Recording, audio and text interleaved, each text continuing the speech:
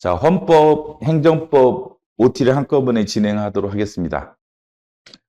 지금 공법은 특히 사례형 문제 같은 거 보면은 헌법과 행정법에 연관되는 주제로 출제를 하기 때문에 같이 공부하는 게 맞습니다. 가장 이상적인 것은 할 수 있다라는 전제하에서는 저는 뭐 헌법과 행정법을 한 교재로 통합해서 한번 써볼까 이런 생각을 했었습니다. 근데 좀 시간이 걸릴 것 같더라고요. 한 시간이 한 4, 5개월만 더 있으면 그래 썼을 수도 있었을 것 같은데 그게 가장 좋은 거는 헌법과 행정법을 한 교재로 쓰는 게 제일 좋긴 합니다. 근데 뭐 작업이 상당히 많이 가겠죠. 손이 많이 갈 텐데 근데 강의라도 어느 정도는 헌법과 행정법을 결합시켜서 할 예정입니다. 물론 저 뭐 지금 행정법을 먼저 강의할 텐데 행정법 하다가 헌법 설명을 드리다면 헌법은 아직 안 배웠는데 뭐 이런 분도 계실 수가 있어요. 하더라도 들어두는 게 전 개인적으로는 좋다고 생각합니다. 헌법 가서 다시 그 얘기를 또 할 예정이니까 일단은 행정법 할 때 헌법 얘기를 들어보셔야 돼요. 나 헌법 할 때도 행정법 하는 얘기를 들어보시고 교차적인 공부를 하셔야 되지 공부는 따로따로 하시고 시험 문제는 결합해서 풀라니까 상당히 풀기 힘듭니다. 저는 뭐 이게 사례형 모의고사 볼 때도 항상 결합해서 출제합니다. 헌법 행정법을 딱 맞춰서 출제를 하려고 엄청 노력을 하는데 평소 때도 자꾸 우리가 헌법과 행정법을 결합시키는 연습을 자꾸 하셔야 하기 때문에 강의 자체도 헌법과 행정법을 결합해서 할 예정입니다. 자, 이번 강의는 물론 이제 선택형도 잡아야 되고 사례형도 잡아야 되고 이 때문에 목표가 좀 많긴 하죠. 선택형도 잘해야 되고 우리가 또 소유자서는 또 사례형도 잘해야 되고 다 잘해야 되니까 가급적이면 이 둘을 어떻게 다 만족시키는 강의를 하려고 노력을 하겠습니다. 사례형과 선택형 모두.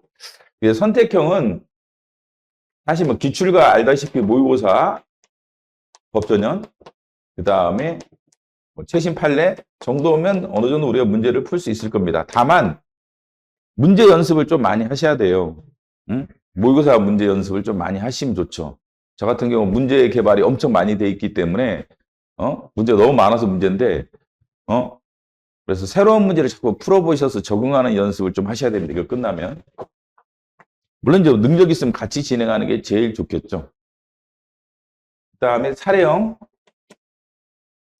사례형 같은 경우도 이제 아까 말씀드린 헌법, 행정법을 결합시키는 능력과 저는 이게 목차 또는 목차 간의 관련성,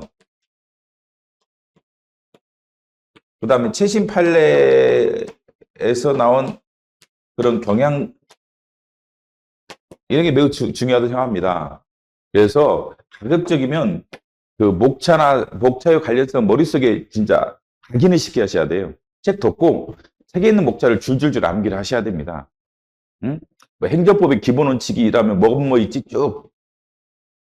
그 다음에 일반 행정작용법에 행정작용 뭐뭐 있지 하면 쭉 나올 정도로 연습이 돼 있어야 돼요. 그 다음에 행정입법 안에는 무슨 쟁점이 있는지 그것까지 쭉 나열할 수 있을 정도의 목차에 대한 관심을 엄청 많이 가지셔야 돼요. 근데 우리가 이제 뭐 일종의 뭐 수험생들이 자꾸 얇은 책, 쪽대본 같은 책을 원하다 보니까 목차에 대한 관련성이 좀 약해지죠. 딱 그대로 나오면 괜찮은데 출제가 그대로 안 나왔을 때는 목차 구성 능력이 상당히 떨어지는 것 같아요. 네? 그래서 우리가 원하는 대로 출제가 안 됩니다. 저도 보면은 뭐 아는 쟁점은 출제가 되는데 내가 원하는 양식으로 내가 원하는 순서로 이렇게 출제는 안 돼요. 쟁점은 뭐 우리가 알고 있는 문제가 출제가 되긴 합니다. 그렇지만 딱 우리가 뭐 준비된 상태로 딱 출제되지는 않기 때문에 거기에 따라서 우리가 목차도 이제 약간 변형을 해야 되고 목차 순서도 좀 바꿀 필요도 있어요. 그러려면 이제 목차에 대한 전문가가 돼야 돼요. 사례형은 목차에 대한 전문가가 돼야 됩니다. 그다음에 목차의 관련성에 대해서 공부를 좀 진하게 하셔야 돼요. 그래서 목차나 목차의 관련성 이런 것들 잘 보시면서 따라오시면 좋을 것 같고 뭐 저도 이런 설명을 많이 드리려고 합니다. 그 다음에 또 이 목차가 헌법, 행정법에다 연결돼 있잖아요. 출제를 보면은 그러면 헌법에서는 어떤 관련성이 있고 행정법에서는 어떤 관련성이 있는지.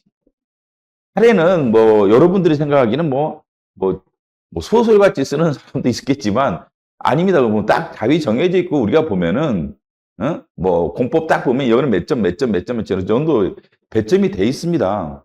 그러니까 거기 딱 들어맞게 써주면 점수가 나오는 거고 아니면 점수가 안 나오는 거지. 이게 뭐 소설가 대 뽑는 시험도 아니기 때문에 제 생각에는 딱 정해져 있어요. 물론 이제 뭐 채점 교수나 출제 교수마다 뭐 강조점은 서로 틀리겠죠. 배점이라든지.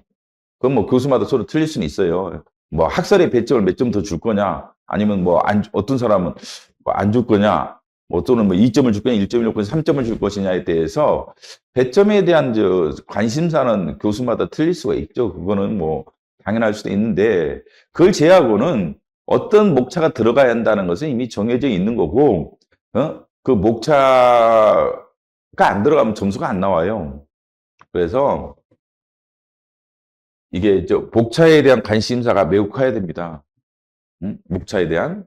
그래서 책 목차를 가능한 한 머릿속에 완벽하게 넣어서 암기하시고, 그다음에 이 목차와 관련돼서 최신 판례가 어떤 입장을 계속 밝히고 있는지, 최신 판례에서 그 목차와 관련된 계속 반복적인 얘기를 한다든지 또는 새로운 경향을 보이는 경우가 있습니다.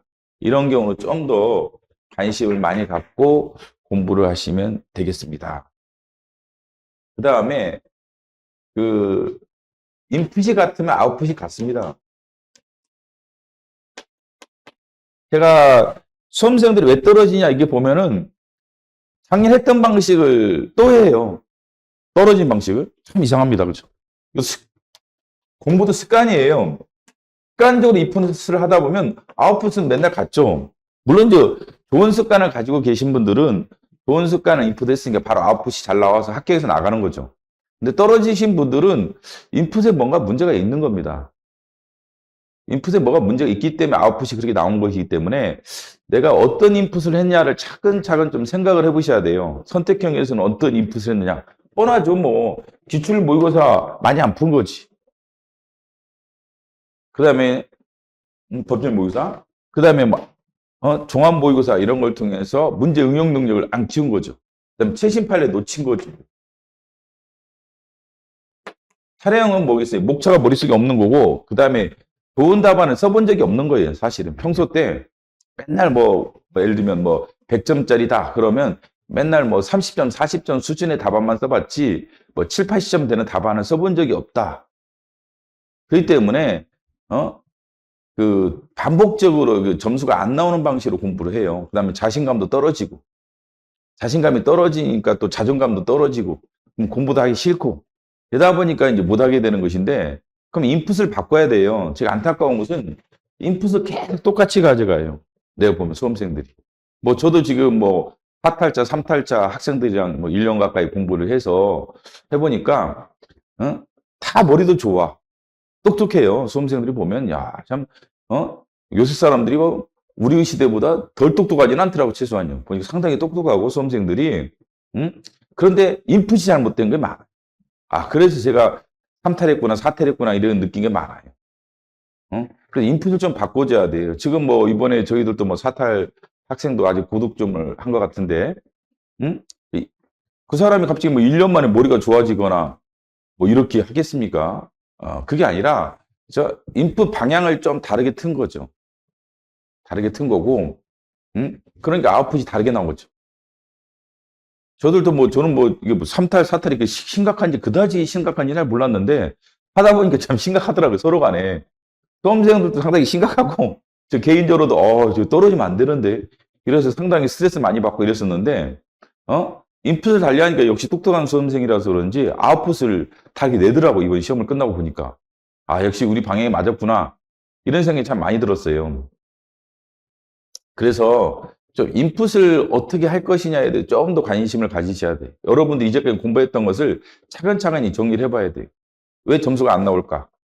왜 안 나올까? 이거 안 해서 그런 거고. 목차 제대로 안 봐서 그래요. 목차. 제가 진짜 얄팍한 책을 어떻게 해보려고 하는 그런 마음. 이게 문제예요. 얄팍한 마음으로 공부하면 얄팍한 점수가 안 나옵니다. 안타깝지만. 처음부터 세게 나가면 나 제대로 공부할래 이러면 진짜 무서울 게 없어요. 그러면 정말 고득점하게 돼 있죠. 그게 떨어질 가능성도 없고. 근데 뭐 수험생들이 이제 겁도 먹고 양도 많고 그다음에 일단 뭐 법학에 이렇게 친하지 않고 옛날 같은 경우는 뭐 법대 4년 나오고 뭐 이렇게 대학원 가고 뭐 이렇게 하지만 지금이야 뭐 법대 나오지 않은 분들이 많기 때문에 법에 대한 어떤 친숙성도 좀 떨어지잖아요. 그다음에 공부 기간도 짧고 양은 또 되게 많고 시험제도 참 기계 망측하게 돼 있고 사실은 시험제도 자체도 좀 이상해요. 어? 그다음에 같은 날 시험을 다 보고 뭐 이런 시험제도가 없는데 하여간 뭐 시험제도 자체도 좀 이상한 데다가 자기 적성도 좀 약간 안 맞거나 이 시험에 말이에요. 법학 적성이 좀 달라요. 이 시험에 좀 안 맞거나 잃어버리면 점수가 좀 안 나올 수가 있어요. 그래서 이 시험에 맞게끔 인풋을 다시 재구성해야 돼요. 같은 능력이에요, 뭐. 그러면 뭐 사탈한 학생이든 삼탈한 학생이 뭐 1년 만에 능력이 달라진 게 능력치가? 그렇지 않아요. 능력치는 똑같죠. 저도 제일 처음에는 뭐 삼탈자, 사탈자 학생들 오길래 속으로 뭐 이런 뭐 바보 아니야? 이거 어떻게 떨어지나 이 시험을? 이런 생각을 솔직히 했었어요. 처음에는 사실입니다. 처음에는 어떻게 이 시험을 떨어지지? 이런 생각을 좀 했었어요, 사실은. 근데 좀 지나다 보니까 아 이게 떨어질 수 있겠구나 생각이 좀 많이 들더라고요. 제일 처음 저도 이해를 못했어요. 떨어지는 거에 대해서. 뭐 이런 시험을 떨어지지? 이런 생각했는데 아니구나 이게. 어? 이게 여기랑 좀 안 맞을 수가 이 시험 시스템과 이 시험 시스템이 기계 망측해 이런 시험이 없지. 1차 시험 따로 보고 2차 시험 따로 봐야지. 같은 날 보고 또 기록형도 같은 날 보고. 이러다 보니까 이 양이 엄청나잖아요. 그러니까 양에 대한 중압감에 수험생들이 일단은 겁을 집어먹어버려요. 그러다 보니까 뭘 찾아요? 요약서, 뭐 암기장. 물론 암기장 좋은 책도 있겠죠. 뭐 다 안 좋은 책이 있다는 게 아니라 좋은 책도 많을 텐데, 뭐 이런 거로 너무 이게 처음부터 달리려고 그래.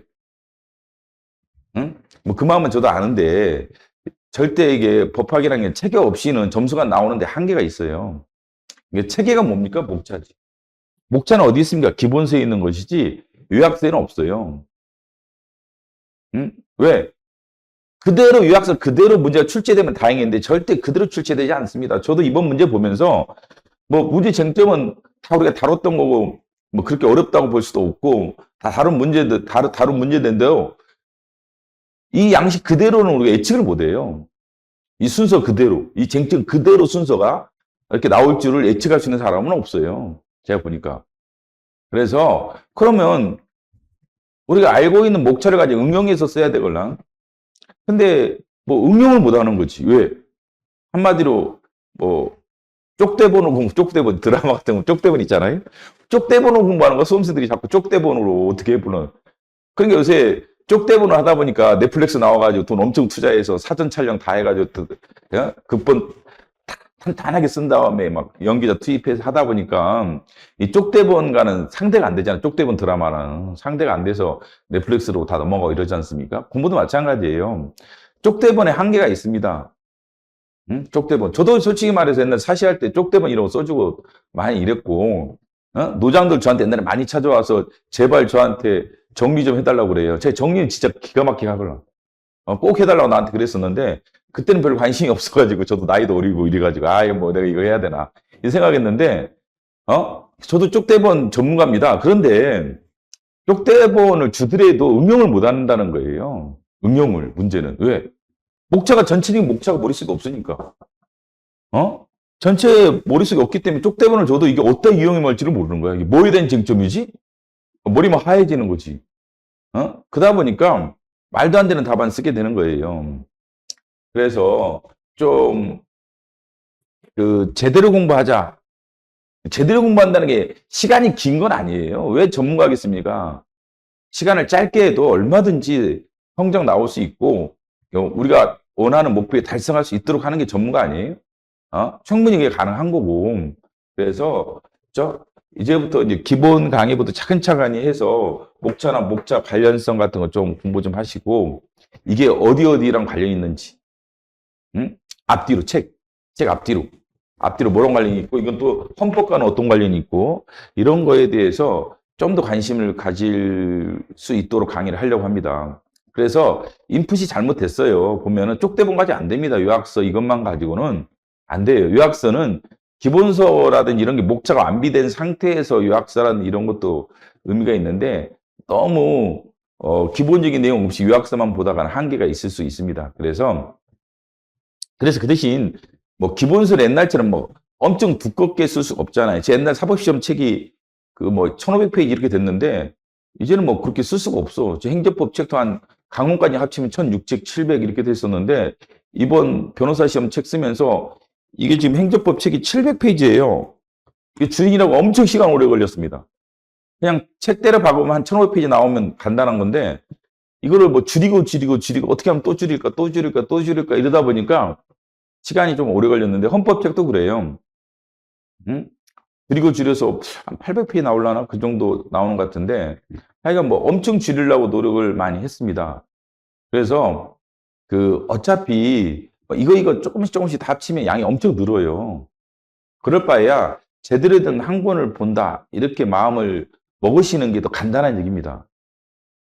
양을 줄였기 때문에 뭐 이게 충분히 뭐 요약서는 큰 차이가 없어요. 보면 한 700페이지인데 무슨 요약서 해봤자 어차피 요약서도 쓰다 보면 400~500페이지 그냥 갑니다.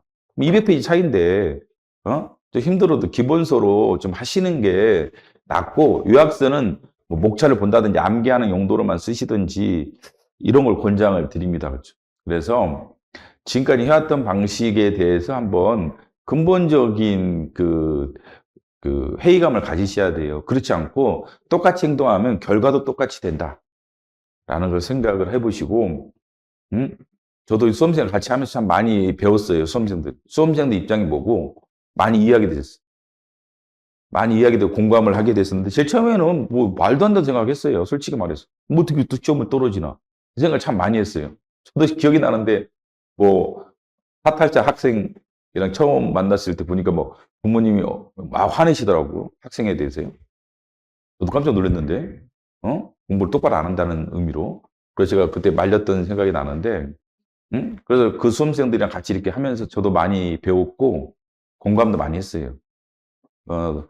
논의도 많이 하고, 시간을 일단 많이 제가 사실은 투입을 많이 했어요. 거의 뭐, 365일은 아니지만, 한 뭐 365일이라면, 한 200일 가까이는 같이 있어 보고, 고민도 같이 해보고, 밥도 같이 많이 먹어보고, 이러면서 얘기하면서 수험생들 입장을 많이 이해를 했는데, 이 시험제도 좀 솔직히 말해서 문제가 있고 해서, 이 시험 시스템이 안 맞으면 좀 이게 능력이 있어도 안 나오게끔 돼 있더라고요. 그래서, 그럼 이 능력을 이 시험에 맞게끔 변형을 해야 돼요. 근데 수험생들이라는 것은 어떻게 보면 어디 실험실에 있는 쥐처럼 전반적인 못 봐요.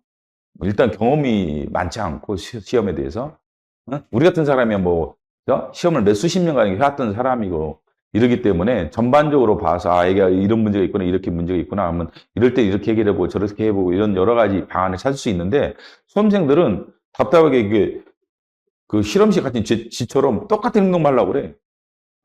인풋을 계속 같이 하려고 하더라고, 내가 보니까요. 그러니까 아웃풋이 똑같죠. 좀, 인풋을 좀 바꾸려고 노력을 좀 해보세요. 그래야지 아웃풋이 바뀝니다. 겁먹지 말고, 과감하게 인풋을 바꿔보자. 이렇게 생각을 해보세요. 과감하게. 과감하게 인풋을 저도 솔직히 막 12월 달 되니까 뭐 걱정이 되더라고요. 떨어지면 어떻게 하나. 걱정이 되죠, 저도. 물론 이제 뭐 봄에도 걱정되고 여름에도 걱정되고 가을에도 걱정되는데 12월 달 되니까 걱정이 팍 되더라고요. 그래서 어떤 학생한테는 상당히 제가 강압적으로 이렇게 체크하고 지시하고 이랬던 기억이 나요. 웬만하면 뭐 다 성인이기 때문에 그렇게 하기 힘든데 좀 강압적으로 얘기하겠구나 얘는 이런 사람이 있더라고요. 한 1년간 지켜보니까. 그래서 제가 12월 달은 거의 뭐 상당히 강압적으로 얘기를 했는데 좀 걔한테 미안하게 생각할 정도로 제가 말도 한 적도 있고 이랬는데, 근데 덕분에 그 학생도 결과는 좋았어요. 시험 끝나고 와서 그 얘기 하더라고. 12월 달에 그렇게 안 했으면 큰일 날 뻔했다고. 왜냐면 수험생들이 작년, 재작년 했던 방식 그대로 사용하는 거야.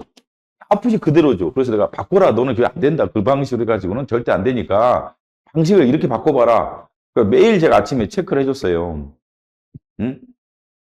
그래서 좀 성과가 잘 나왔는데 좀 바꿔보셔야 돼요. 중요한 것은 이렇게 해서 안 되면 다른 방식으로 하셔야지 그 방식은 계속 고집하지 마세요. 절대. 절대. 과학적으로 생각해 보세요. 인풋이 같으면 아웃풋이 같이. 공부방법도 똑같아요. 더 열심히 한다고 되는 게 아니에요. 더 열심히, 잘못된 방식으로 더 열심히 해서 뭐 하려고 그러겠죠. 어? 그래서, 기본적인 것부터 차근차근히 목차 관련성, 이런 거, 그다음 다른 과목과의 관련성, 이런 거에 대해서 관심을 좀 더 갖고, 전체적인 조감도를 갖고 글을 쓸 수 있는 능력을 키우셔야 돼요. 목차가 없다 보니까 엄한 답안을 구성하게 된다. 이번에도 그렇잖아요. 이번 기출문제 그 1번에 2번인가요? 거기 보면 13조항의 소기법 금지 원칙인데 이게 헌법 위반을 다루라는 건 13조항 위반을 다루라는 것은 다른 얘기입니다. 헌법 위반을 다루라 했다라면 이게 신뢰보 위반 여부까지 가셔야 돼요. 가셔야 되는데, 근데 13조 2항 위반이라는 진정소기법 금지 원칙의 문제이기 때문에 진정소기법이 아니냐만 다뤄지면 되는데 열심히 거기서 신뢰보호 쓴 분들도 있을 거예요. 그래서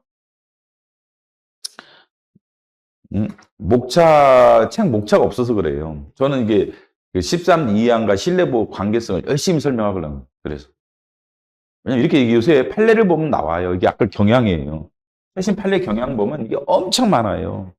저희들은 모든 판례 다 읽어보니까 계속 헌재에서 반복적으로 얘기하는 게 있걸랑.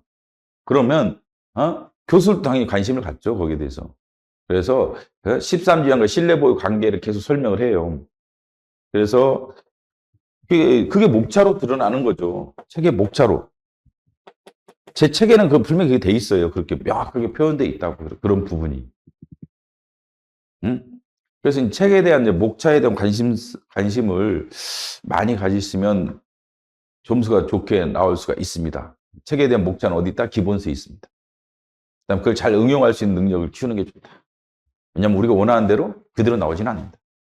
우리가 원하는 순서대로 그대로 나오지 않아요.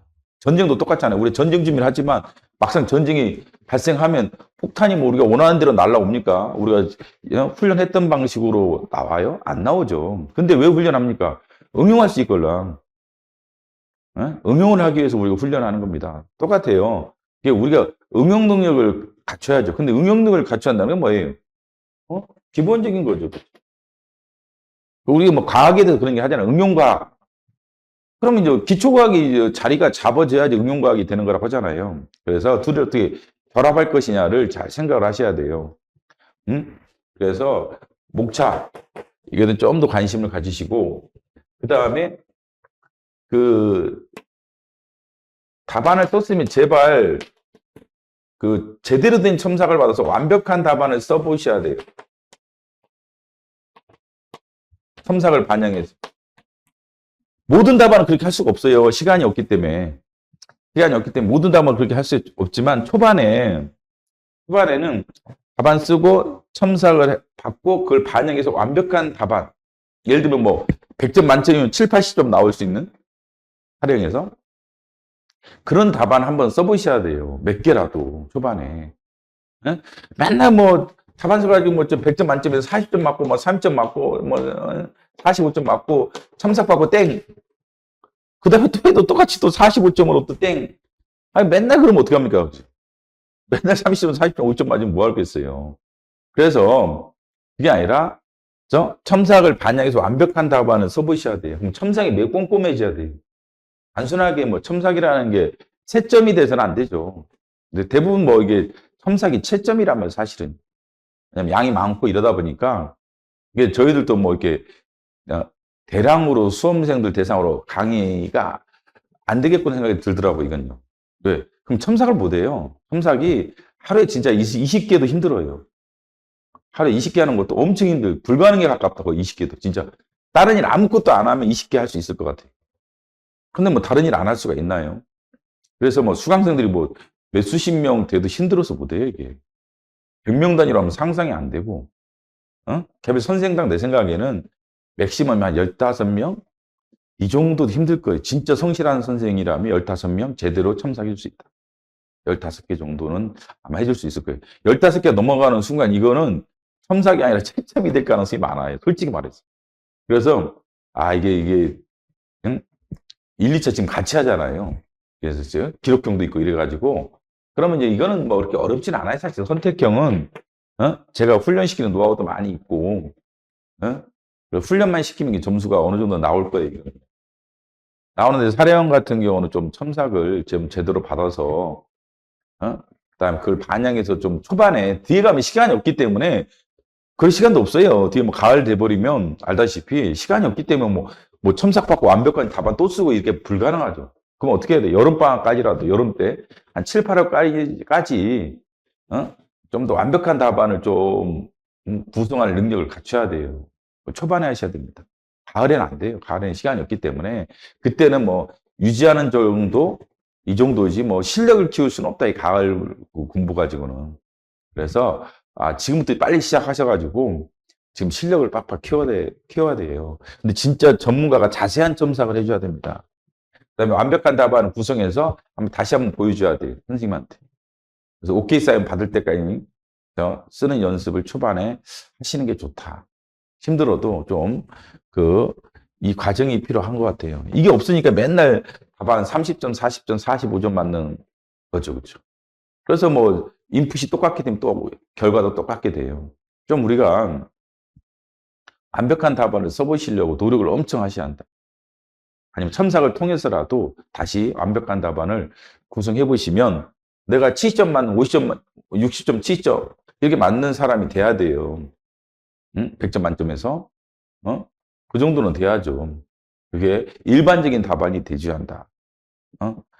그걸 언제까지 해야 한다? 여름방학까지는 좀 하셔야 돼요. 그럼 지금부터 공부 시작하셔야 됩니다. 시간이 없어요.